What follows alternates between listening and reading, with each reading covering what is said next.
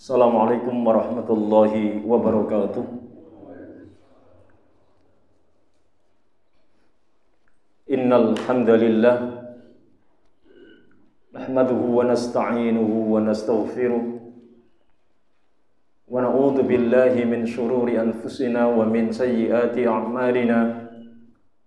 Man yahdihillahu fala mudilla lahu wa man yudlilhu fala hadiya lahu. Ashhadu an la ilaha illallah wa ashhadu anna Muhammadan abduhu wa rasuluh la nabiyya ba'd. Qala Allah Ta'ala fil Qur'anil Karim. A'udzu billahi as-sami'il 'alim minasy syaithanir rajim. Bismillahirrahmanirrahim. Ya ayyuhalladzina amanu taqullaha haqqa tuqatih wa la tamutunna illa wa antum muslimun. Ya ayyuhan nasu taqu rabbakumul ladzi khalaqakum min nafsin wahidah wa khalaqa minha zawjaha wa batha minhuma rijalan katsiran wa nisaa'a wattaqullaha alladzi tasaaluna bihi wal arham innallaha kana 'alaikum raqiba. Ya ayyuhalladzina amanu taqullaha wa qulu qawlan sadida yuslih lakum a'malakum wa yaghfir lakum dhunubakum wa may yuti'illaha wa rasulahu faqad faza fawzan 'azima. Amma ba'd, fa inna asdaqal hadits kitabullah wa khairal hadi hadi Muhammadin sallallahu alaihi wasallam wa syarrul umuri muhdatsatuha wa kullu muhdatsatin bid'ah wa kullu bid'atin dhalalah wa kullu dhalalatin finnar. Ikhwani fillah, azakumullah. Alhamdulillah, hari ini Allah Ta'ala masih memberikan kesempatan kepada kita untuk hadir dalam sebuah majlis. Dengan hadirnya kita dalam majlis seperti ini, maka sungguhnya Allah Ta'ala akan berikan satu hidayahnya. Sementara orang yang mendapatkan sebuah hidayah, sungguh Allah Ta'ala berikan sebuah kemudahan di dunia, jalan yang menuju surga. Dan itu disebutkan di dalam hadis yang sahih yang diriwayatkan oleh Imam Muslim. Rasulullah sallallahu alaihi wasallam bersabda, "Man salaka tariqan yaltamisu fihi ilman, sahalallahu lahu bihi tariqan lil jannah." Barang siapa yang menempuh sebuah jalan dalam rangka mencari ilmu syar'i, maka Allah akan berikan sebuah kemudahan di dunia, jalan untuk menuju surga. Tentunya ilmu syar'i yang dimaksudkan di sini adalah ilmu syar'i yang berdasarkan di atas Al-Qur'an dan As-Sunnah yang sahih. Setelah itu difahami menurut para sahabat radhiyallahu anhum, dan tentunya ilmu yang sudah dipelajari tersebut maka wajib diamalkan. Ta'allamu fa idza alimtum fa'malu. Pelajarilah ilmu. Setelah kalian mengetahui ilmu maka amalkan ilmu. Sehingga ilmu itu nanti menjadikan penuntun bagi setiap amal-amal kita, itu menjadi amal yang soleh. Seperti yang disampaikan oleh seorang sahabat, Ibnu Mas'ud radhiyallahu anhu, al-ilmu imamul amal wal amalu tabi'uhu. Ilmu itu adalah imamnya amal, dan amal itu adalah pengikutnya. Artinya setiap amal itu menjadikan soleh, menjadikan baik, maka harus ada penuntunnya, harus ada imamnya. Dan imamnya dari sebuah amal yang menjadikan soleh yang diterima oleh Allah Ta'ala, maka sungguh itu berada di atas ilmu. Dan jika tidak berada di atas ilmu, sebagaimana yang disampaikan oleh seorang juga ulama yang dikenal juga seorang Umar bin Abdul Aziz. Beliau ini juga seorang ulama yang dalam banyak kajian kitab-kitab tazkiyah oleh para ulama, beliau termasuk orang yang paling zuhud. Ketika beliau dititipkan harta yang begitu banyak, tapi beliau zuhud terhadap dunia. Maka beliau pernah menjelaskan, man abadallaha bi ghairi ilmin kana ma yufsiduhu aksaru mimma yuslih. Man abadallaha bi ghairi ilmin. Barang siapa yang beribadah kepada Allah tanpa didasari dengan ilmu, kana ma yufsiduhu aksaru mimma yuslih, maka kerusakannya itu akan lebih banyak dibandingkan dengan kebaikan yang ia dapatkan. Artinya amal itu menjadi tertolak, tidak diterima oleh Allah Ta'ala. Karena Allah Ta'ala itu hanya menerima yang baik. Sebagaimana yang disebutkan dalam kajian hadis Al-Arba'in yang ke-10, Rasulullah sallallahu alaihi wasallam bersabda, "Innallaha thayyib la yaqbalu illa thayyiban." Sesungguhnya Allah itu Maha baik, tidak akan menerima kecuali yang baik. Baik, ikhwani fillah, jazakumullah.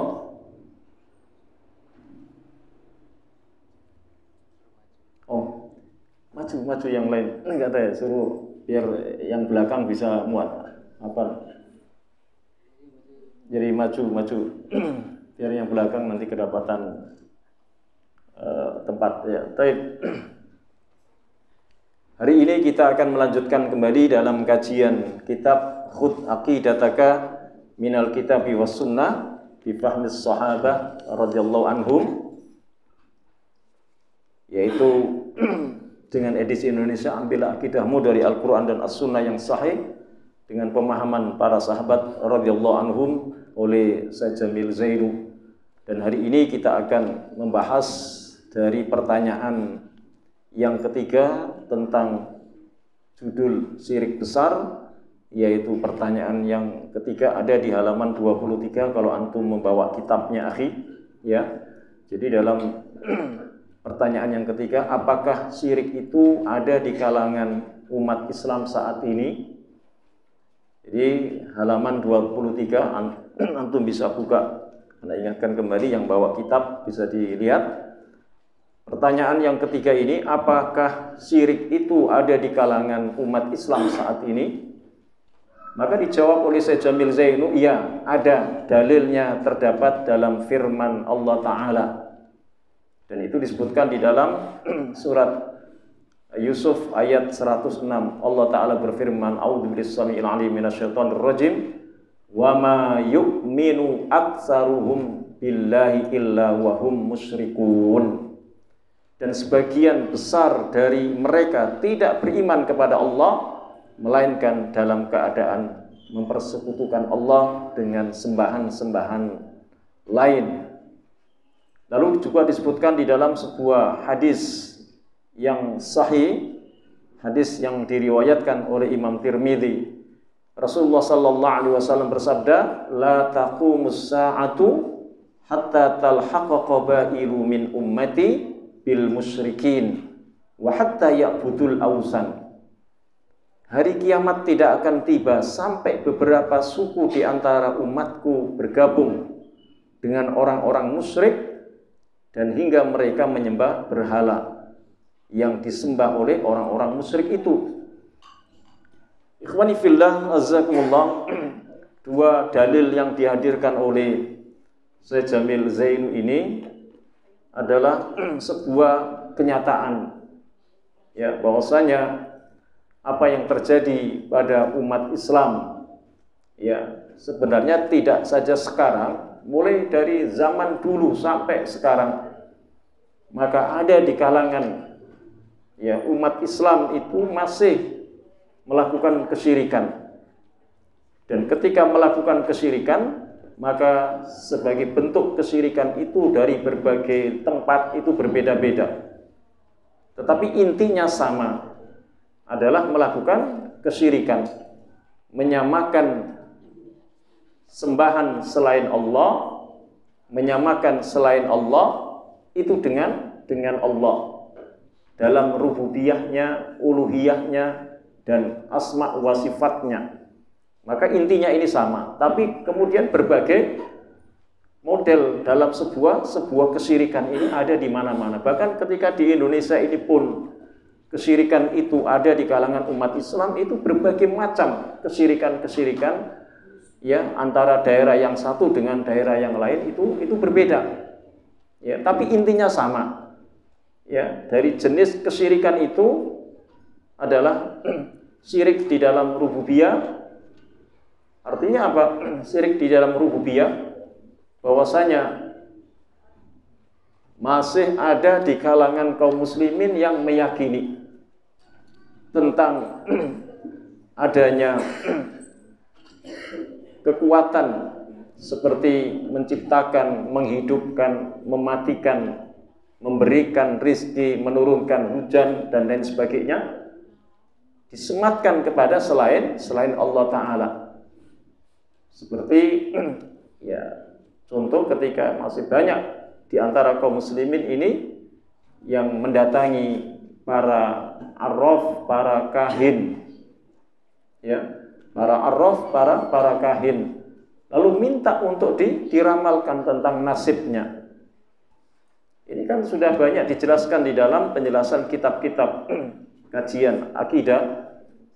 Salah satu bentuk harusnya orang Islam itu berlepas diri dari pelaku-pelaku syirik yang semacam itu dari segi rububiyahnya. Bahwasanya kalau ada orang yang bisa mengetahui perkara yang gaib, baik itu yang sudah terjadi maupun yang belum terjadi. Seperti kata arraf ini kan dalam penjelasan Imam Al-Baghawi adalah orang yang mengaku mengetahui perkara-perkara yang gaib yang sudah terjadi, seperti barang hilang, barang curian. Lalu orang itu menanyakan kepada si arraf ini tadi. Contohnya dalam hadis yang sahih riwayat Imam Muslim, beliau bersabda, "Man ata arrafan fas'alahu an syai'in fasaddaqu bima yaqul lam tuqbal lahu sholatu arba'ina yauman." Barang siapa yang mendatangi arraf, orang yang mengaku mengetahui perkara-perkara gaib yang sudah terjadi, seperti barang hilang, curian tadi, fasaddaqu bima yaqul, lalu orang ini membenarkan ucapannya. Maksudnya dengan syarat-syarat yang diberikan oleh si arraf ini dituruti oleh orang yang datang tadi. Maka apa kata Rasulullah sallallahu alaihi wasallam? Lam tuqbal lahu sholatu arba'ina yauman. Orang tersebut tidak diterima sholatnya selama 40 hari. Ini bentuk syirik rububiyah. Dalam jenisnya ini banyak sekali dalam kehidupan kita di masyarakat. Itu sudah menganggap sesuatu yang terbiasa, ya, yang sudah terbiasa. Bahkan dalam perkara-perkara yang belum terjadi sekalipun, ada orang yang juga mengaku mengetahui perkara yang gaib yang belum terjadi, seperti diistilahkan oleh beliau adalah siapa? Mereka ini disebut dengan kahin, ya, dari kahin, jamaknya kuhan, artinya apa? Para orang-orang yang mengaku perkara gaib yang belum terjadi. Aifid dhamir, maksudnya apa? Yang tersimpan di dalam hati tentang nasib seseorang ke depannya itu apa. Maka ini disebut dengan istilah kahin oleh Rasulullah sallallahu alaihi wasallam, dan ini disebutkan dalam hadis riwayat Imam Abu Dawud, "Man ata kahinan fasaddaqu bima yaqul." Ya, barang siapa yang mendatangi kahin lalu dia membenarkan ucapan si kahin tadi, faqad kafara bima unzila ala Muhammadin sallallahu alaihi wasallam. Sungguh orang itu telah kufur terhadap yang diturunkan terhadap Muhammad sallallahu alaihi wasallam. Artinya dia akan mengkufuri apa yang telah Allah firmankan di dalam Quran dan telah mengkufuri tentang apa yang menjadikan sunnah yang dibawa oleh Rasulullah sallallahu alaihi wasallam. Nah, ini bentuk syirik jenis rububiyah ini banyak terjadi di kalangan kaum muslimin. Belum lagi nanti juga akan disampaikan tentang ada syirik jenisnya dalam bentuk uluhiyah, mendatangi kuburan orang-orang saleh lalu meminta terhadap kuburan, dan itu kalau masalah pertemuan sebelumnya sudah pernah ana singgung itu, ya. Sampai kepada syirik asma wa sifat, menempatkan kedudukan seseorang itu, ya, seperti nanti dalam kajian syirik itu ada syirik tasarruf. Apa itu syirik tasarruf? Syirik dalam tindakan yang ada orang yang menempatkan seorang wali, ya, bahkan wali ini sudah meninggal, itu diberikan bentuk nama, lalu dengan nama itulah yang kemudian ditakuti. Kalau wali yang sangat terkenal sekali di kalangan kaum muslimin itu seperti Syekh Abdul Qadir Al-Jilani atau Syekh Al-Badawi, Syekh Muhammad Ar-Rifai, ini sangat dikenal di kalangan kaum muslimin. Lalu dengan penyebutan nama itu, ya, dengan wali yang seperti ini, maka ketika orang itu punya kesulitan, cukup menyebut namanya wali itu saja, maka wali ini nanti akan menolong. Bahkan dalam kitabnya Syekh Shalih Al Fauzan dalam kitab Al-Qawaidul Arba'nya itu dijelaskan, ya, bahwasanya apa? Ada seorang yang dalam kesulitan di tengah-tengah laut. Pada saat kapalnya itu terombang-ambing dengan gelombang yang begitu besar dan akan tenggelam, maka cukup dengan menyebut namanya, seperti salah satu yang diberikan ya sematan nama wali, ya, yang disebut wali kutub ini, artinya pimpinan dari para wali seperti Syekh Abdul Qadir Al-Jilani. Itu ketika disebut saja, maka meskipun Syekh Abdul Qadir Al-Jilani ini kan sudah wafat, maka nanti akan datang menolong kapal yang akan tenggelam itu bisa diangkat. Ini kan nggak masuk akal, akhi. Dari hal yang seperti ini saja sudah tidak masuk akal. Itu akan diyakini oleh banyak orang. Ya, padahal Rasulullah Sallallahu Alaihi Wasallam seorang nabi, seorang rasul, ketika punya kesulitan pada saat hijrah dari Makkah ke Madinah itu sampai sembunyi di gua Hira, di gua Sur, ya akhi. Sampai dikejar-kejar oleh Suraqah itu kan. Seandainya beliau ini ya harusnya kan lebih sakti, lebih mendalam dari segala-galanya makhluk manusia ini, dibandingkan hanya sekedar menyebut nama seorang wali Syekh Abdul Qadir Al-Jilani dan seterusnya. Kenapa beliau kemudian dikejar-kejar Suraqah itu? Maka ini menunjukkan bahwasanya tidak ada seseorang itu yang punya kesaktian, yang punya kelebihan. Termasuk kita juga tidak boleh menyematkan Rasulullah Sallallahu Alaihi Wasallam dengan sifat rububiyah, sifat uluhiyah, karena sungguhnya beliau ini adalah manusia biasa, seperti yang disebutkan dalam surat Al-Kahfi ayat 110. A'udzubillahi samil alim minasyaitonir rajim. Qul innama ana basyarum mislukum yuha ilayya. Katakan, sungguhnya aku ini hanya manusia biasa seperti kalian. Aku diberikan wahyu. Artinya beliau ini secara manusia, secara kedudukannya beliau sebagai manusia itu sama dengan kita. Makanya inilah yang menjadi rukun di dalam Muhammadur Rasulullah. Yang pertama itu adalah abduhu, yang harus dinafikan adalah ifrat, melebih-lebihkan beliau. Tidak boleh disematkan sifat rububiyah, uluhiyah. Ya akhi, ini nggak boleh. Makanya baru rukun yang kedua itu kan adalah rasulnya. Apa rasulnya? Maka beliau adalah utusan Allah Ta'ala yang menafikan tentang adanya tafrid, meremehkan. Apa yang diremehkan? Nggak mungkin ada umatnya yang meremehkan fisiknya beliau, penciptaan beliau. Justru sebaliknya akan diagungkan. Tetapi yang diremehkan adalah ajarannya. Ya, ajaran yang dibawa oleh beliau ini banyak diremehkan. Ya, sudah seringlah kita mendengar seperti ada seorang kiai yang mengatakan sunnah yang beliau bawa, orang yang jenggoten itu orang yang bodoh. Semakin jenggotnya panjang semakin goblok katanya. Nah, mau ngucapin aja nggak tega itu. Ya. Maka yang seperti ini banyak terjadi, akhi, meremehkan. Baik, ikhwani fillah, azakumullah. Nah, apa yang disampaikan oleh Syekh Jamil Zainu ini menunjukkan di kalangan kaum muslimin ini banyak sekali jenis-jenis di dalam kesyirikan. Yang apa maksudnya beliau kok menyampaikan seperti ini, akhi? Salah satu kajiannya beliau, ini kan dalam muhadharah beliau, lalu dibukukan ini salah satunya ini, akhi. Lalu kalau beliau menjelaskan tentang apakah syirik itu ada di kalangan umat Islam saat ini, maka dijawab oleh beliau ini ada, dan dalilnya sudah dijelaskan tadi. Ya, bahkan tidak akan datang hari kiamat sehingga nanti ada di kalangan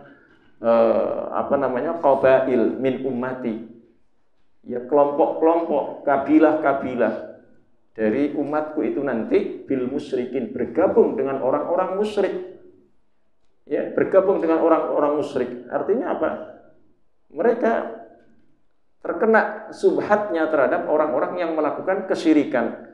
Sampai akhirnya apa kata Nabi? Wa hatta ya'budul ausan. Dan pada akhirnya itu nanti menyembah berhala. Orang yang melakukan kesyirikan itu sesungguhnya adalah mereka itu menyembah berhala, akhi. Makanya salah satu dalam definisi Islam yang menjadikan identitas kita sebagai seorang muslim itu apa, akhi? Kalau nggak salah sering ana sampaikan tentang definisi Islam. Dan itu merupakan identitas Islam yang tegak pada setiap muslim, akhi. Yaitu apa? Al-Islam al-istislamu lillahi bit-tauhid wal inqiyatu lahu bit-ta'ah wal bara'atu minasyirki wa ahli. Islam itu adalah istislamu lillahi bit-tauhid, berserah diri kepada Allah Ta'ala dengan bertauhid kepadanya. Wal inqiyatu lahu bit-ta'ah, tunduk dan patuh dalam sebuah ketaatan. Wal bara'atu minasyirki wa ahli, dan berlepas diri dari perbuatan syirik dan pelaku syirik. Ini identitas Islam ini. Artinya apa? Seorang muslim wajib mengetahui tentang tauhidnya. Setelah itu seorang muslim ya identitasnya adalah apa? Tunduk dan patuh dalam sebuah ketaatan. Artinya seorang muslim nggak boleh melakukan kemaksiatan, lawan dari ketaatan itu, akhi. Ya, ini identitas ini. Karena dari tauhid itulah yang menggerakkan orang itu melakukan ketaatan kepada Allah Ta'ala, akhi. Ya, karena dengan ketaatan itulah janji Allah apa? Maka orang itu nanti akan dimasukkan ke dalam surga, akhi. Ini yang disebut dengan al-wa'du dalam kajian ilmu akidah itu akan disampaikan tentang apa? Al-wa'du, janji Allah Ta'ala orang yang taat itu akan sampai ke dalam surga nanti balasannya. Sebaliknya ada yang disebut dengan al-wa'id. Apa itu al-wa'id? Ancaman. Orang yang tidak taat kepada Allah Ta'ala, melakukan kemaksiatan, ancamannya apa? Dimasukkan ke dalam neraka. Ini anak kecil aja sudah paham sebenarnya. Apalagi kita menjadi orang tua yang mengajarkan tentang anak-anak itu supaya menjadi orang yang taat kepada Allah Ta'ala, dan tidak melakukan kemaksiatan. Nah, ini identitas sebagai seorang muslim. Baru yang ketiga itu identitasnya ini apa? Wal bara'atu minasyirki wa ahli. Berlepas diri dari perbuatan syirik dan pelaku syirik. Ini identitas Islam. Jadi kalau orang Islam itu adalah orang yang tidak melakukan kesyirikan dalam kehidupannya. Ya. Jadi orang Islam itu tidak akan melakukan kesyirikan di dalam kehidupannya. Padahal kenyataannya apa, akhi? Banyak orang Islam, kata beliau ini, ya, ada di kalangan kaum muslimin. Ya, ada di kalangan kaum muslimin kesyirikan ini. Dan itu merajalela, akhi. Kesyirikan itu merajalela di mana-mana. Bahkan tadi termasuk ya, selain berlepas diri dari perbuatan syirik, wal bara'atu minasyirki wa ahli. Pelaku syirik ini juga harus dijauhi. Nah, ini menjadi identitas orang muslim, berarti orang Islam itu ya tidak bergaul dengan orang-orang yang melakukan kesyirikan. Meskipun cuman iseng saja umpamanya, iseng saja, apa itu? Ini juga sama. Kesyirikan itu kalau dilakukan, baik itu iseng maupun bersungguh-sungguh serius, itu sama aja hukumnya, kata Syekh Shalih Al-Utsaimin dalam kajian kitab Qaulul Mufid ala kitab tauhidnya. Umpamanya sekarang ini kan di medsos ini kan banyak sekali, apa aja antum bisa cari itu, mau belanja mau apa kan ada semua. Ya, itu tinggal pencet bawa handphone, antum bisa pencet apa aja. Umpamanya salah satunya antum iseng, anak pengen tahu itu kesaktian kifulan, ketik rek umpamanya. Nah, ketik rek jeneng, ketik rek primbon, pasportnya seperti itu keluar semua nanti kifulan. Ini anak tidak menyuruh antum iseng itu, nggak boleh juga iseng, karena iseng ini sudah terkena kata hukumnya Syekh Shalih Al-Utsaimin apa? Orang yang iseng kemudian bertanya kepada kifulan umpamanya dengan bertanya saja itu hukumnya haram. Meskipun kita ini iseng, nggak sungguh-sungguh pengen tahu aja antara kifulan yang satu dengan yang lain. Ya, itu hukumnya haram. Tetapi ketika kita bertanya lalu membenarkan ucapannya, maka hukumnya kufur. Mukhrijan anil millah. Nah, inilah yang kenapa disampaikan oleh Syekh Jamil Zahiru dalam kajian kitab ini, yaitu apa? Apakah syirik itu ada di kalangan umat Islam saat ini? Ternyata ada. Nah, inilah yang supaya kita itu menjauhi dari pelaku-pelaku syirik seperti ini, akhi. Di kalangan kaum muslimin ini sudah banyak sekali. Ya, makanya anak akan sampaikan kesirikan-kesirikan di kalangan kaum muslimin saat ini, dan juga memang dari dulu sudah ada, tapi saat ini pun juga banyak. Yaitu apa? Yang pertama umpamanya tentang tatoyur ini, akhi. Apa itu tatoyur? Maka tatoyur itu sebagaimana dalam penjelasan hadis-hadis yang sahih, seperti dalam hadis riwayat Imam Ahmad, at-tiyara syirkun, sampai beliau mengucapkan at-tiyara syirkun, at-tiyara syirkun. Tatoyur itu adalah syirik. Tatoyur itu adalah syirik. Tatoyur itu adalah syirik. Apa tatoyur itu? Tatoyur itu sebuah kepercayaan. Ya, sebuah keyakinan, kepercayaan terhadap sesuatu yang ia yakini sesuatu itu akan menjadi sesuatu media yang nanti kalau itu dilakukan. Dari kata toyaro, apa toyaro itu?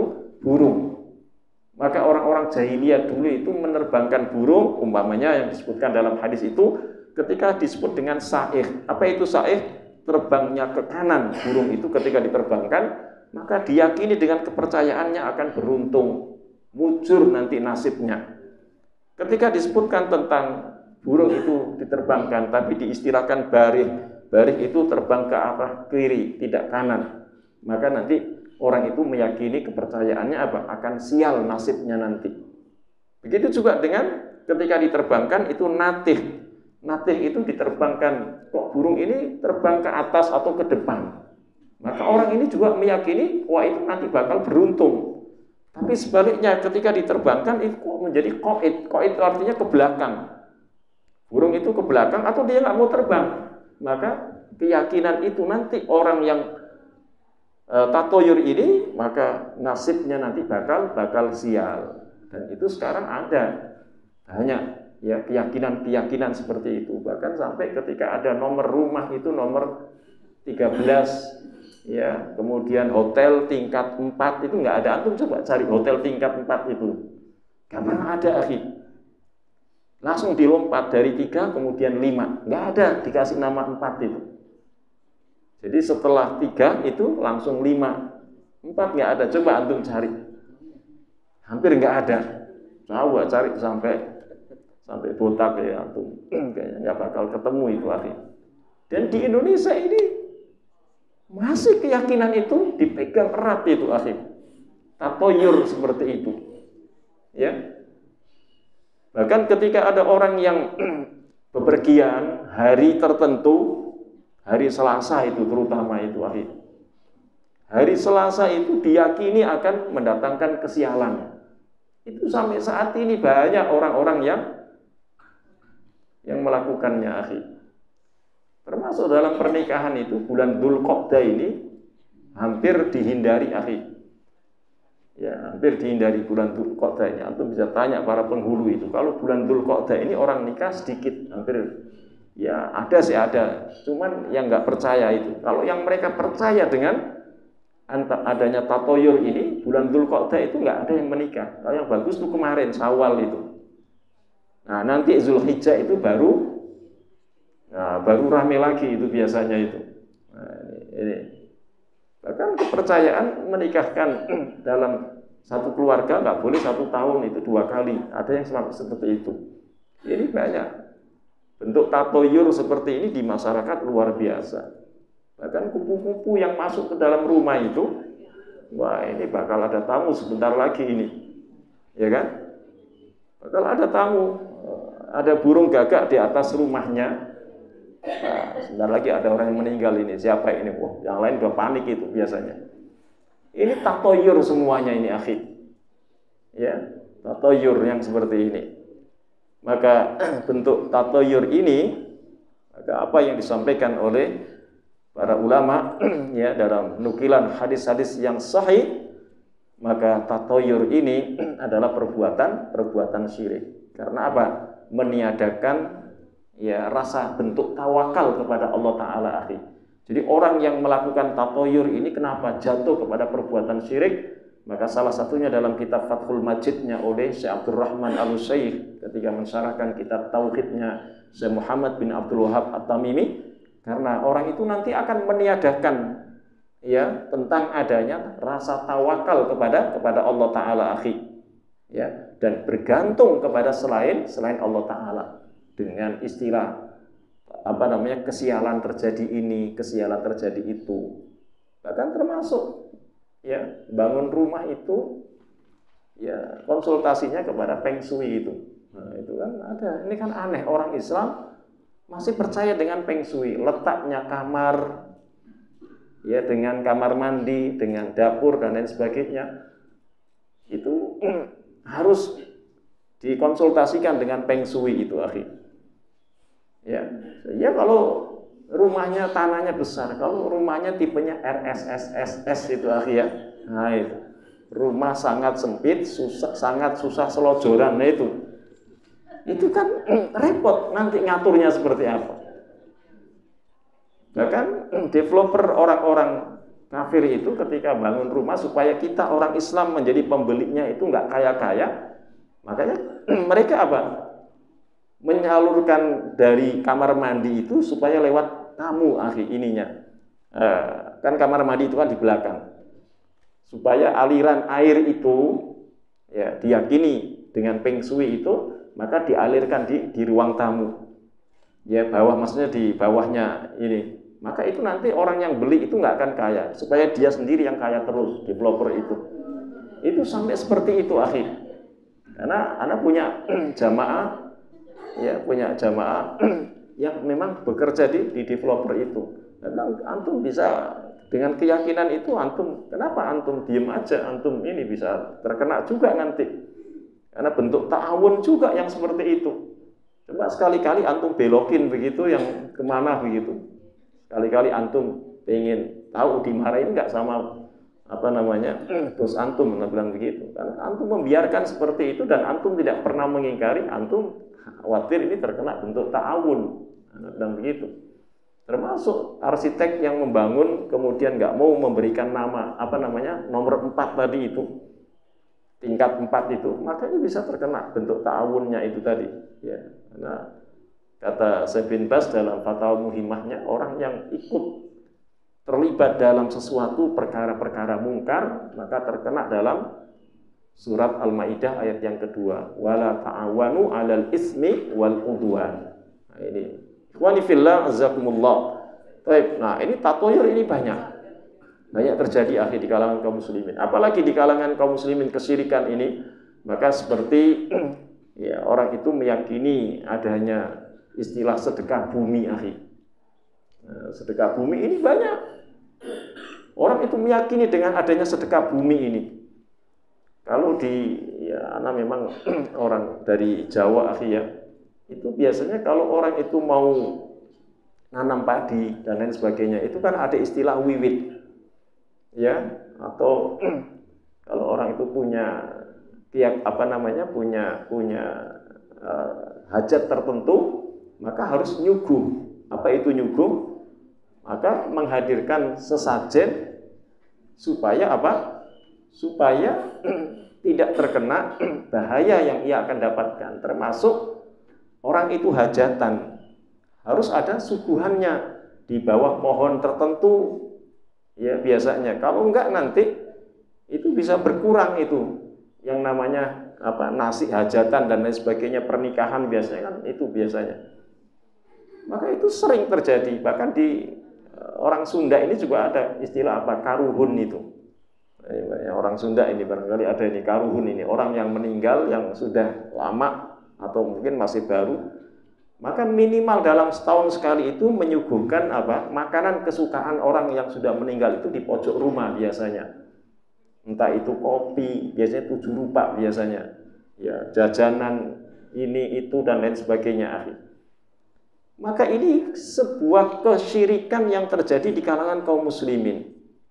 Ya, sedekah bumi ini ngelarung ketika orang itu nelayan supaya hasil tangkapannya banyak ikannya dan tidak terjadi musibah ketika dia sedang mencari ikan di laut. Maka kemudian apa? Dilarungkan sesajen terhadap penunggu dewa laut.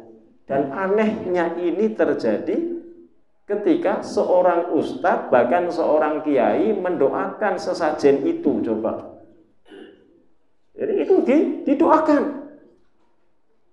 Nah, ini didoakan, akhi. Nah, ini terjadi, akhi, sampai detik ini. Sampai detik ini ketika seorang nelayan kok tidak memberikan ngelarung sedekah ke laut, maka dia akan meyakini itu akan terjadi ini, itu, dan lain sebagainya. Nah, satu ketika ada nelayan itu yang tenggelam dan lain sebagainya, maka kemudian diyakini, oh ini kurang sedekahnya ini. Nah, ini di masyarakat terjadi seperti ini, akhi. Bahkan ada ramalan perbintangan zodiak itu, anak-anak muda ini kan. Ya, Cancer, Leo, terus banyaklah itu, ya, Sagittarius, kemudian setiap minggunya itu kan akan muncul terus itu kan, ya, nanti minggu ini bintang Sagittarius, rezeki seret, tapi asmara lancar, mamanya begitu. Ini anak-anak muda ini kan biasanya begitu. Ini kalau juga dipercayai, maka ini adalah perbuatan kesyirikan yang sungguh ini berada di tengah-tengah masyarakat, yang sungguh perbuatan seperti ini adalah perbuatan yang seolah-olah ya dianggap sesuatu yang normal, yang wajar, sampai pada akhirnya di antara orang-orang tua itu bahkan dilestarikan karena ini sebagai aset budaya katanya. Ya, sebagai aset budaya. Ikhwani fillah, azzakumullah. Dan masih banyak lagi, termasuk kesyirikan di masyarakat ini, kayak nusroh. Apa itu nusroh, akhi? Nusroh itu mengusir sihir dengan sihir juga. Itu namanya nusroh, akhi. Ya, artinya apa? Orang terkena sihir atau terkena gangguan jin, maka orang itu mendatangi tukang sihir juga, mendatangi orang-orang yang punya jin. Istilahnya apa? Mengusir maling dengan mendatangkan perampok, atau mengusir perampok dengan mendatangkan maling. Ya, sama aja. Itu namanya istilahnya nusroh, akhi. Ini banyak. Dan perbuatan nusroh ini dilakukan kadangkala banyak kita lihat adalah dari kalangan para ustadz, para kiai, akhi, yang mengaku bisa mengobati orang yang terkena sihir, tapi dia memakai media jin juga. Istilah ada dukun putih, dukun hitam itu, akhi, di kalangan kaum muslimin itu sangat populer sekali. Umpamanya orang itu terkena sihir, wah ini terkena pengaruh dukun hitam, datang ke kiai. Lalu ketika kiainya itu juga mengusir jin sihirnya orang tersebut, itu juga memakai jin lagi si kiai ini. Maka mereka menganggap ini dukun putih, kiai ini enggak musyrik katanya. Padahal ini yang disebut dengan istilah nusroh, akhi. Jadi nusroh itu orang yang terkena gangguan jin karena sihir dan lain sebagainya, akhi, maka mendatangi orang-orang yang juga punya media jin untuk bisa mengusir jin. Pokoknya tidak lepas dari jin. Dan ini termasuk perbuatan yang seperti ini, termasuk syirik besar, akhi. Nusroh ini. Ya, makanya dalam hadis riwayat Imam Ahmad, riwayat Imam Abu Dawud, Rasulullah SAW bersabda, "An-nusra huwa min amali syaitan." Nusra itu adalah amal dari setan, perbuatannya setan, akhi. Karena memang medianya media jin. Ya, dua-duanya terkena media jin. Yang terkena sihir awalnya itu diganggu oleh jin, lalu kemudian berobat kepada orang yang punya jin. Ya, makanya itu tadi diistilahkan oleh para ulama mengusir perampok dengan mendatangkan maling. Ya, ujung-ujungnya barangnya hilang juga itu. Jadi ini makanya salah satu di dalam bentuk mengimani takdir Allah Ta'ala itu kan apa, akhi? Al-khalqu kan, akhi, ya kan ada 4. Ya, itu ada 4 kan, al-ilmu, kemudian apa yang kedua? Al-kitabah, kemudian al-khalqu, kemudian apa? Ya apa? Ana lupa nih. Salah satunya adalah al-khalqu. Al-khalqu itu adalah Allah Maha menciptakan. Apa maksudnya menciptakan di sini? Yaitu termasuk menciptakan kejahatan. Allah itu juga menciptakan kejahatan, akhi. Jadi Allah menciptakan kebaikan, Allah juga menciptakan kejahatan. Kalau Allah menciptakan kebaikan, tokohnya yang mengawal kebaikan itu siapa? Malaikat, akhi. Ya, tokohnya itu adalah malaikat. Allah menurunkan malaikat. Maka salah satu kata Syekh Shalih Al-Fauzan dalam Aqidatut Tauhidnya adalah yang dimaksudkan di sini malaikat muaqibat. Siapa malaikat muaqibat ini? Disebutkan dalam surat Ar-Ra'd ayat yang ke-11. A'udzubillahi samil alim minasyaitonir rajim. Lahu muaqibatun min baini yadayhi wa min khalfihi yahfazunahu min amrillah. Ya, baginya manusia itu ada malaikat muaqibat yang ada di hadapannya dan ada di belakangnya. Yahfazunahu min amrillah, menjaganya dari perintah-perintah Allah. Artinya apa? Malaikat ini akan mengingatkan supaya apa? Orang itu melakukan kebaikan, karena kebaikan ini Allah ciptakan. Begitu juga sebaliknya, Allah juga menciptakan kejahatan. Apa kejahatan? Menjadi tokohnya adalah jin-jin kafir ini, akhi. Jin-jin kafir. Ya, jin kafir itu tokohnya kejahatan. Allah ciptakan. Ya, jadi Allah semua yang menciptakan semua ini yang makanya disebut al-khalqu. Jadi tingkatan memahami di dalam takdir itu kan ada 4. Salah satunya adalah al-khalqu ini. Allah itu menciptakan. Termasuk menciptakan yang sudah ada maupun yang belum ada, termasuk menciptakan yang baik dan menciptakan yang buruk juga. Maka tokohnya keburukan itu siapa? Yaitu jin kafir. Sebagaimana disebutkan dalam hadis sahih riwayat Imam Muslim. Rasulullah sallallahu alaihi wasallam bersabda, "Ma minkum min ahadin illa waqad ukila bihi qarinatun minal jin." Tidaklah salah seorang di antara kalian melainkan akan disertai teman dari jin. Jin di sini maksudnya jin kafir. Ya, jin kafir. Makanya ketika ditanya beliau oleh para sahabat, qalu wa iyyaka ya Rasulullah, apakah engkau termasuk orang yang diikuti oleh jin kafir juga? Pada awalnya beliau menjawab, qala wa iya, ya betul, aku ini diikuti oleh jin kafir. Illa annallaha a'anani alaihi fa aslama. Melainkan aku ini ditolong oleh Allah Ta'ala, jin kafir itu yang ikuti aku diislamkan. Fala ya'muruni ila bi khairin. Jin yang sudah masuk Islam tidak akan menyeru kecuali dalam kebaikan. Sementara kita ini tidak ditolong sebagai bentuk ujian, akhi. Ya, sebagai bentuk ujian, maka kita akan 24 jam itu didatangi oleh jin-jin kafir yang siap dijadikan setan kita ini, akhi.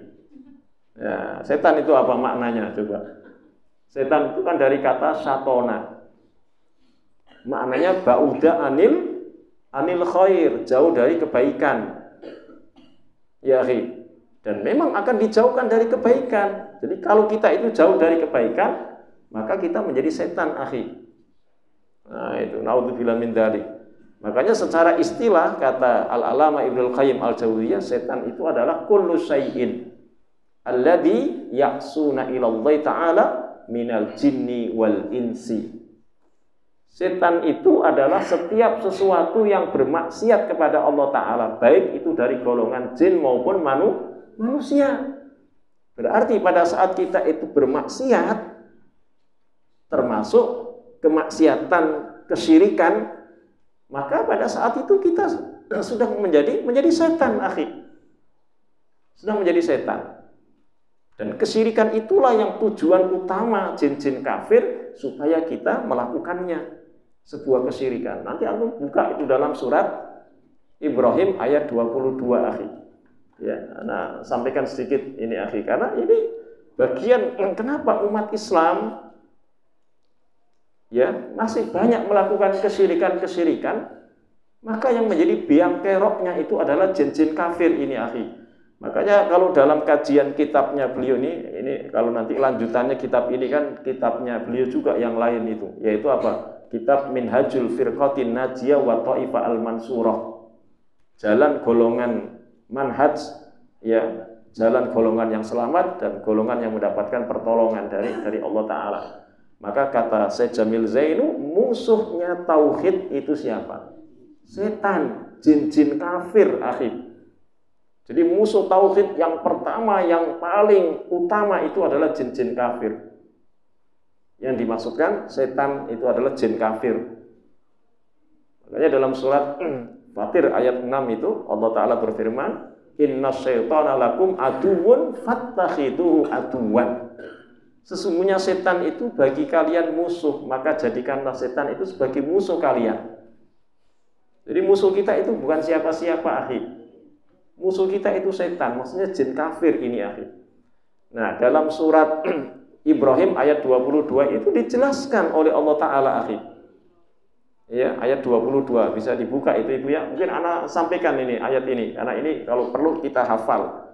Ya, supaya kita tahu kalau setiap kita ini akan dijadikan oleh jin-jin kafir menjadi setan yang bermaksiat kepada Allah Ta'ala, kita ingat, oh ini tipu daya. Tipu daya jin-jin kafir ini. Allah Ta'ala berfirman dalam ayat itu, a'udzubillahi samil alim minasyaitonir rajim, wa qala asyaitanu lamma qudiyal amru innallaha wa'adakum wa'dal haq wa wa'adtukum fa akhlaftukum wa ma kana li 'alaikum min sultan illa an da'awtukum fastajabtum li fala talumuni wa lumu anfusakum ma ana bimusrihikum wa ma antum bimusrihi inni kafartu bima asyraktumuni min qabl innadh dhalimina lahum adzabun alim.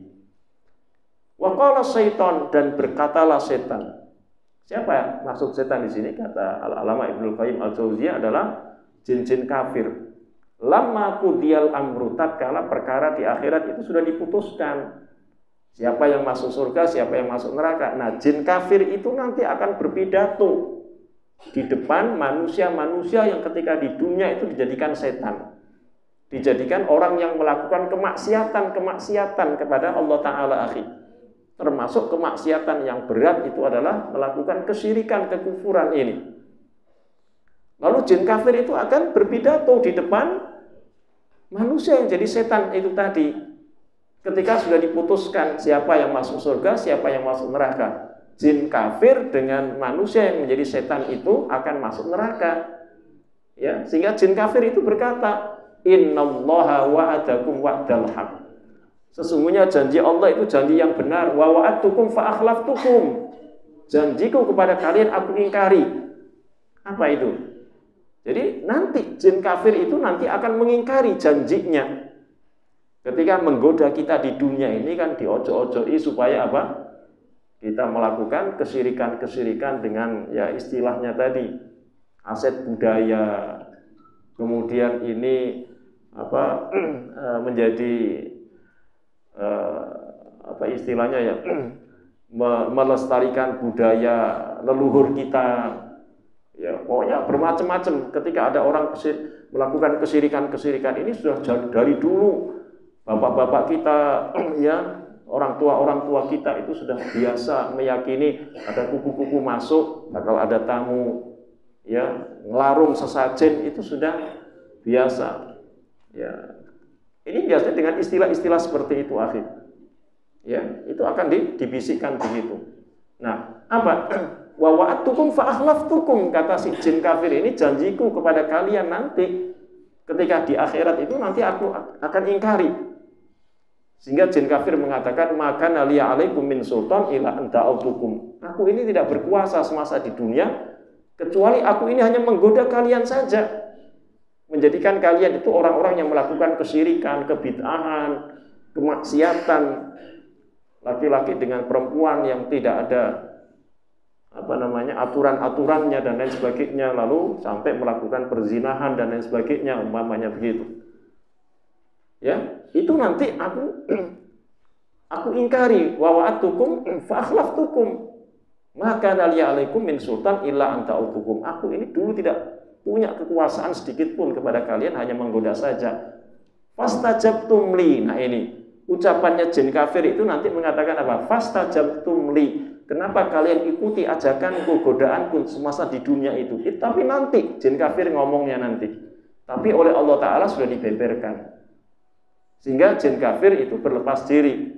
Fala talumuni walumu anfusakum. Jangan salahkan diriku, jangan salahkan diri kalian saja. Manusia, kenapa dulu mau aku goda ketika di dunia itu?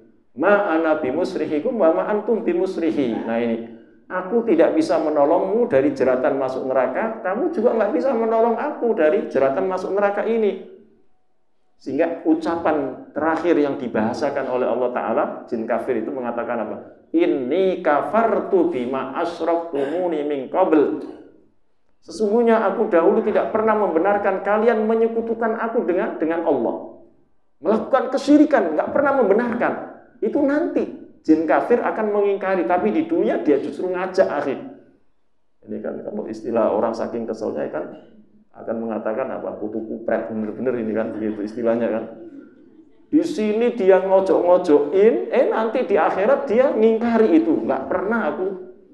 Kan ada orang yang seperti itu ya, ngajak kejahatan, ya ngajak jorokin orang melakukan perbuatan dosa, begitu diiniin, nggak pernah kok saya ngojok-ngojokin antum melakukan kejahatan kok. Ini nanti jin kafir itu seperti itu di akhirat. Ya. Jadi dia akan mengatakan seperti itu. Sehingga apa? Di akhir ayat ini innadzalimina lahum adzabun alim. Sesungguhnya orang yang zalim bagi mereka adalah azab yang pedih. Siapa yang zalim? Yaitu melakukan kesyirikan akhi. Bagi mereka adalah azab yang pedih. Ya, ikhwani fillah azakumullah.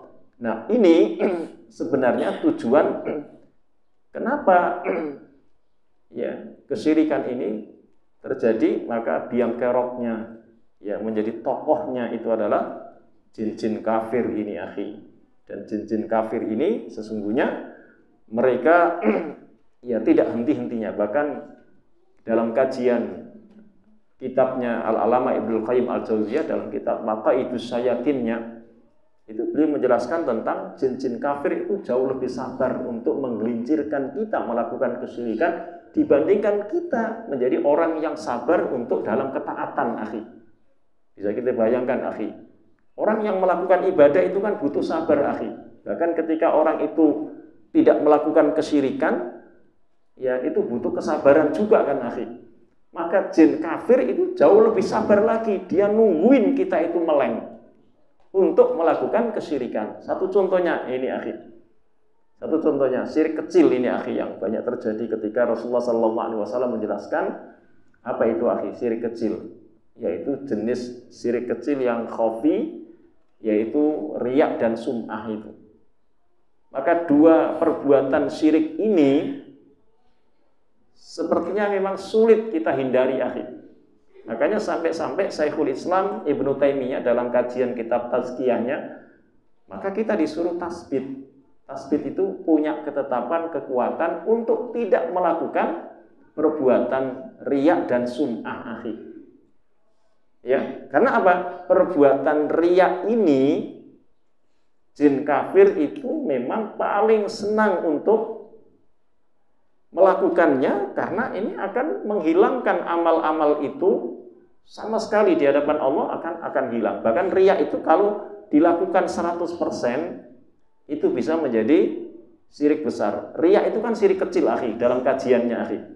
Tapi riya itu bisa menjadi syirik besar kalau 100% dia betul-betul dia lakukan karena orang lain. Dia palingkan 100% bukan karena Allah Ta'ala. Sebab orang riya itu kadang-kala ada dua akhi. Ini Ana dapatkan penjelasan ini dalam kitab Fathul Majidnya oleh Syekh Abdurrahman Al-Usai akhi. Orang itu melakukan riya itu ada dua. Ada yang ketika melakukannya itu riyaknya itu hanya setengah-setengah. Maksudnya begini, setengahnya dia ikhlas karena Allah, ya setengahnya dia ikhlas karena Allah dia lakukan, tapi setengahnya lagi karena orang lain. Karena ingin mendapatkan pujian dari orang-orang lain. Maka yang seperti ini masih jatuh kepada perbuatan syiriknya itu syirik kecil akhi. Tapi ketika orang itu melakukan riyaknya, itu betul-betul karena orang lain, bukan karena Allah Ta'ala sama sekali. Karena dia menginginkan balasannya itu di dunia akhir. Tapi tidak ingin mendapatkan balasan itu di akhirat. Maka ini nanti jatuhnya menjadi syirkun niyah. Syirik di dalam niat tujuan akhir. Dan syirkun niyah itu masuk dalam kajian kitab akidah, yaitu dalam syirik yang besar, bukan syirik kecil lagi akhi. Nah itu, makanya dalam kitab Fathul Majid, kalau nanti antum punya akhi, bisa antum buka. Ada di dalam kitab itu, kalau nggak salah di akhir-akhir setelah bab riya, kemudian dilanjutkan ada satu bab minasyirki iradatul insan bi amalihi dunya. Ya, termasuk perbuatan syirik minasyirki iradatul insan, ya, seorang manusia yang punya keinginan, ya, iradatul insan bi amalihi dunya, pada saat melakukan amal ingin mendapatkan balasan dunia. Maksudnya apa? Ingin mendapatkan balasan dunia, yaitu ingin mendapatkan yang dia inginkan, tujuannya itu mendapatkan dunia, entah itu pujian, entah itu balasan, mendapatkan imbalan baik berupa materi dan lain sebagainya. Tapi dia tidak menginginkan balasan yang ia dapatkan dari amal itu, mendapatkan pahala. Tidak akhir. Nah, ini dalam hal ini itu disebutkan dalam surat apa? Nanti antum bisa buka surat Hud ayat 15 dan ayat 16 itu akhir. Sehingga ketika orang itu ketika melakukan perbuatan syirkun niyah ini ingin mendapatkan balasan itu di dunia, maka apa? Wahum la yubkhasun, di situ ayat 15-nya disebutkan wahum la yubkhasun. Mereka tidak dirugikan, betul akan dapatkan balasan di dunia. Tetapi dalam ayat 16-nya itu disebutkan laisa lahum fil akhirah illan nar. Dia tidak dapatkan balasan itu di akhirat kecuali apa? Neraka. Nah, nanti bisa dilihat sendiri, ini nggak mungkin anak bacakan, nanti ini panjang lagi ini. Nah, ini satu contoh, ini sebuah perbuatan syirik yang seperti ini, maka jin-jin kafir itu lebih sabar menunggu supaya kita itu jatuh kepada perbuatan syirik, riya itu, dan riyaknya itu sampai nanti menjadi perbuatan riya itu menyebabkan syirik besar, yaitu masuk dalam syirkun niyah itu tadi akhir. Nah, ini. Jadi riya ini hati-hati, bisa hanya syirik kecil, tapi riya itu bisa menjadi syirik besar nanti ketika sudah sampai masuk dalam syirkun niyah. Syirik di dalam tujuan 100% itu bukan karena Allah, tapi karena dunia, karena ingin mendapatkan dunia. Nah, dunia itu yang macam-macam, bisa pujian orang lain, bisa menginginkan pangkat, kedudukan, jabatan. Kan ada haji, orang sekarang ini kalau menunaikan ibadah haji, ada haji politik dan lain sebagainya, itu kan ada pencitraan. Kadang-kadang akhirnya anak tidak menuduh seperti itu, tapi memang kenyataan banyak orang yang pergi haji karena ingin pencitraan supaya nanti, ya ini kan masalah seperti ini kan kita nggak tahu, tapi ada dari pelaku. Anak punya murid nggak perlu anak sebutkan, di Jakarta itu punya murid yang dulu ketika dia mencalonkan, sampai dia menjadi pemimpin yang mereka inginkan, jabatan itu akhir. Disebutkan dalam hadis riwayat Imam Ahmad, Imam Tirmidzi, ketika sedang bercengkrama di antara para sahabat, maukah aku tunjukkan satu perbuatan yang dimana perbuatan itu lebih dahsyat fitnahnya dibandingkan fitnah Masihid Dajjal. Sehingga para sahabat mengatakan, qalu bala ya Rasulullah, mau ya Rasulullah. Lalu kemudian beliau menjelaskan syirkul khafi, syirik kecil, apa syirik yang tersembunyi. Lalu kemudian beliau menjelaskan syirik yang tersembunyi itu adalah apa? Riya. Ketika ada orang yang sholat, lalu ketika ada orang yang memperhatikan sholatnya, maka dia baguskan sholatnya karena diperhatikan oleh seseorang tadi itu. Maka itu yang lebih dahsyat dibandingkan fitnah Masihid Dajjal. Ini yang beliau khawatirkan, menimpa umatnya ini. Hadis yang semakna ini banyak sekali, akhi. Maka kita harus tasbih itu tadi. Dan yang kedua, setan itu lebih sabar pada saat kita melakukan ya ibadah itu dengan sum'ah. Nah, sum'ah ini sebenarnya jangan menganggap sum'ah itu ibadah yang sudah selesai, akhi. Sum'ah itu kan artinya dari kata sami'a, memperdengarkan, menceritakan kepada orang lain supaya orang lain itu mendengar. Berarti kejadian amal ibadah itu sudah selesai, akhi, tapi belum selesai urusannya. Nah, ini sum'ah, ini lebih hati-hati lagi ini.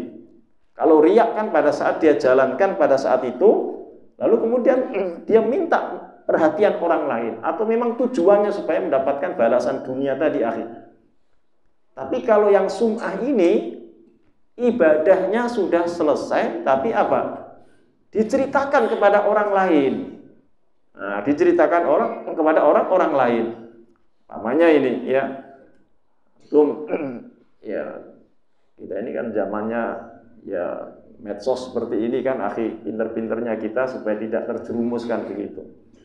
Kalau untuk dagang sih nggak apa-apa, ya kan. Untuk bisnis, namanya apa, bikin status kan begitu kan, antum jualan gorengan atau apa kan, wah itu bisa rame kan. Nah ini kadang-kadang ya kayak begini nih kadang-kadang. Alhamdulillah lagi taklim nih, nah begitu kan. Update status namanya antum, lagi taklim nih. Antum liatin gambar antum, kemudian jamaah yang lain selfie begitu kan. Ya ini kalau masih ini terjadi. Nah ini ketika sudah selesai umroh ini umpamanya, ada orang selesai umroh atau haji, lalu selfie di mana ini, di dekat Ka'bah, di backgroundnya gambar Ka'bah begitu. Alhamdulillah sudah selesai tawaf. Nah itu kan selesai tawaf. Lalu kemudian kepo kan, pasti dilihat siapa aja nih yang lihat status antum ini kan, begitu kan, tahu kan. Begitu ada yang selama ini meremehkan antum, dia melihat dalam hati, baru tahu dia gini-gini juga biar apa duitnya pas-pasan gini juga saya bisa umroh juga kan begitu. Dia senang merasa supaya apa? Orang lain itu memujinya nanti. Nggak lama kemudian dia ketemu, wah antum habis umroh ya kemarin ya. Ya, alhamdulillah. Nah, alhamdulillahnya itu terus dia merasa apa? Senang dia dipuji begitu. Hilang itu amal itu, akhi. Nah, ini jin kafir itu lebih sabar nungguin seperti itu, akhi. Bahkan amal itu sudah sampai setahun yang lalu aja itu bisa hilang, akhi. Kalau kita ini sum'ah, akhi. Amal ibadah itu umpamanya. Ya, kita pernah menolong orang ya, menolong orang ini umpamanya, menolong orang. Ketika kita menolong orang dalam kesulitan, kita bantu pada saat itu setahun yang lalu. Lalu pada saat kita bantu, ya tentunya harusnya kan kita ikhlas, semuanya karena Allah Ta'ala, akhi. Makanya kata Al-Alama Ibnul Qayyim Al-Jauziyah, orang yang melakukan ikhlas itu hendaknya melupakan amal baiknya, bahkan menyembunyikan amal baiknya. Seperti dia menyembunyikan aibnya, jangan sampai aibnya itu diketahui oleh orang lain. Nah itu keikhlasan itu seperti itu, kata Al-Alama Ibnul Qayyim Al-Jauziyah. Nah, ketika setahun yang lalu pernah membantu orang lain seperti itu, akhi. Lalu kemudian apa? Sebaliknya yang dibantu itu sekarang sudah bagus ekonominya. Sementara dianya itu dalam kondisi terpuruk. Lalu kemudian dia mendatangi temannya tadi, Afwan, ana sekarang kayaknya minta bantuan antum ini. Ya, minta bantuan antum. Bisa nggak antum bantu ana ini? Ana lagi kesulitan. Padahal yang pernah dibantu itu sebenarnya juga belum sukses juga. Cuman kita ini kata orang Jawa ini apa ini? Sawang sinawang. Tahu kan sawang sinawang? Nanti sama Pak Tumijo itu diterjemahin itu. Sawang Sinawang itu. Seolah-olah itu wah udah makmur, udah ini, padahal belum tentu. Lalu yang pernah kita bantu itu mengatakan begini, afwan akhi, ana belum bisa bantu antum, ana juga masih sulit. Ah enggak, antum kayaknya udah ini. Lalu kemudian dia enggak terima. Antum enggak ingat dulu ana pernah bantu antum ya. Nah itu, ana pernah bantu antum loh. Dulu kalau enggak ana bantu antum enggak tahu nasibnya, mungkin sudah kebelangsat kali. Nah begitu. Nah, mengungkit-ungkit seperti ini kaitannya dengan sum'ah akhi. Hati-hati ini. Makanya kita kalau nolong adik, nolong kakak, ya, nolong tetangga, nggak usah diingat-ingat. Yang harusnya kita ingat-ingat itu apa? Ketika kita ditolong oleh orang lain, itu harus kita ingat. Supaya kita nanti bisa membalas kebaikan orang lain itu. Meskipun itu tidak juga balas budi, enggak juga akhi. Tapi ini kan yang dibalik kan apa? Kita justru ingat terus ketika membantu orang lain, ketika ditolong oleh orang lain kita enggak ingat. Nah itu masalahnya. Tapi ikhwani fillah azakumullah, anda lihat Pak Tumico sudah lihat jam nih kayaknya udah waktunya habis ini ya Pak ya. Apa ini? Ya, dan ini banyak sekali kalau disebutkan. Ada lagi al-istisqa bil anwa. Ini juga dalam orang itu menisbatkan turunnya hujan itu karena bintang. Ana maupun buat antum. Dan ana akhiri di dalam kajian hari ini dengan kafaratul majlis. Subhanakallah. Sallallahu alaihi wasallam tasliman wa akhiru da'wana alhamdulillahi rabbil alamin. Assalamualaikum warahmatullahi wabarakatuh.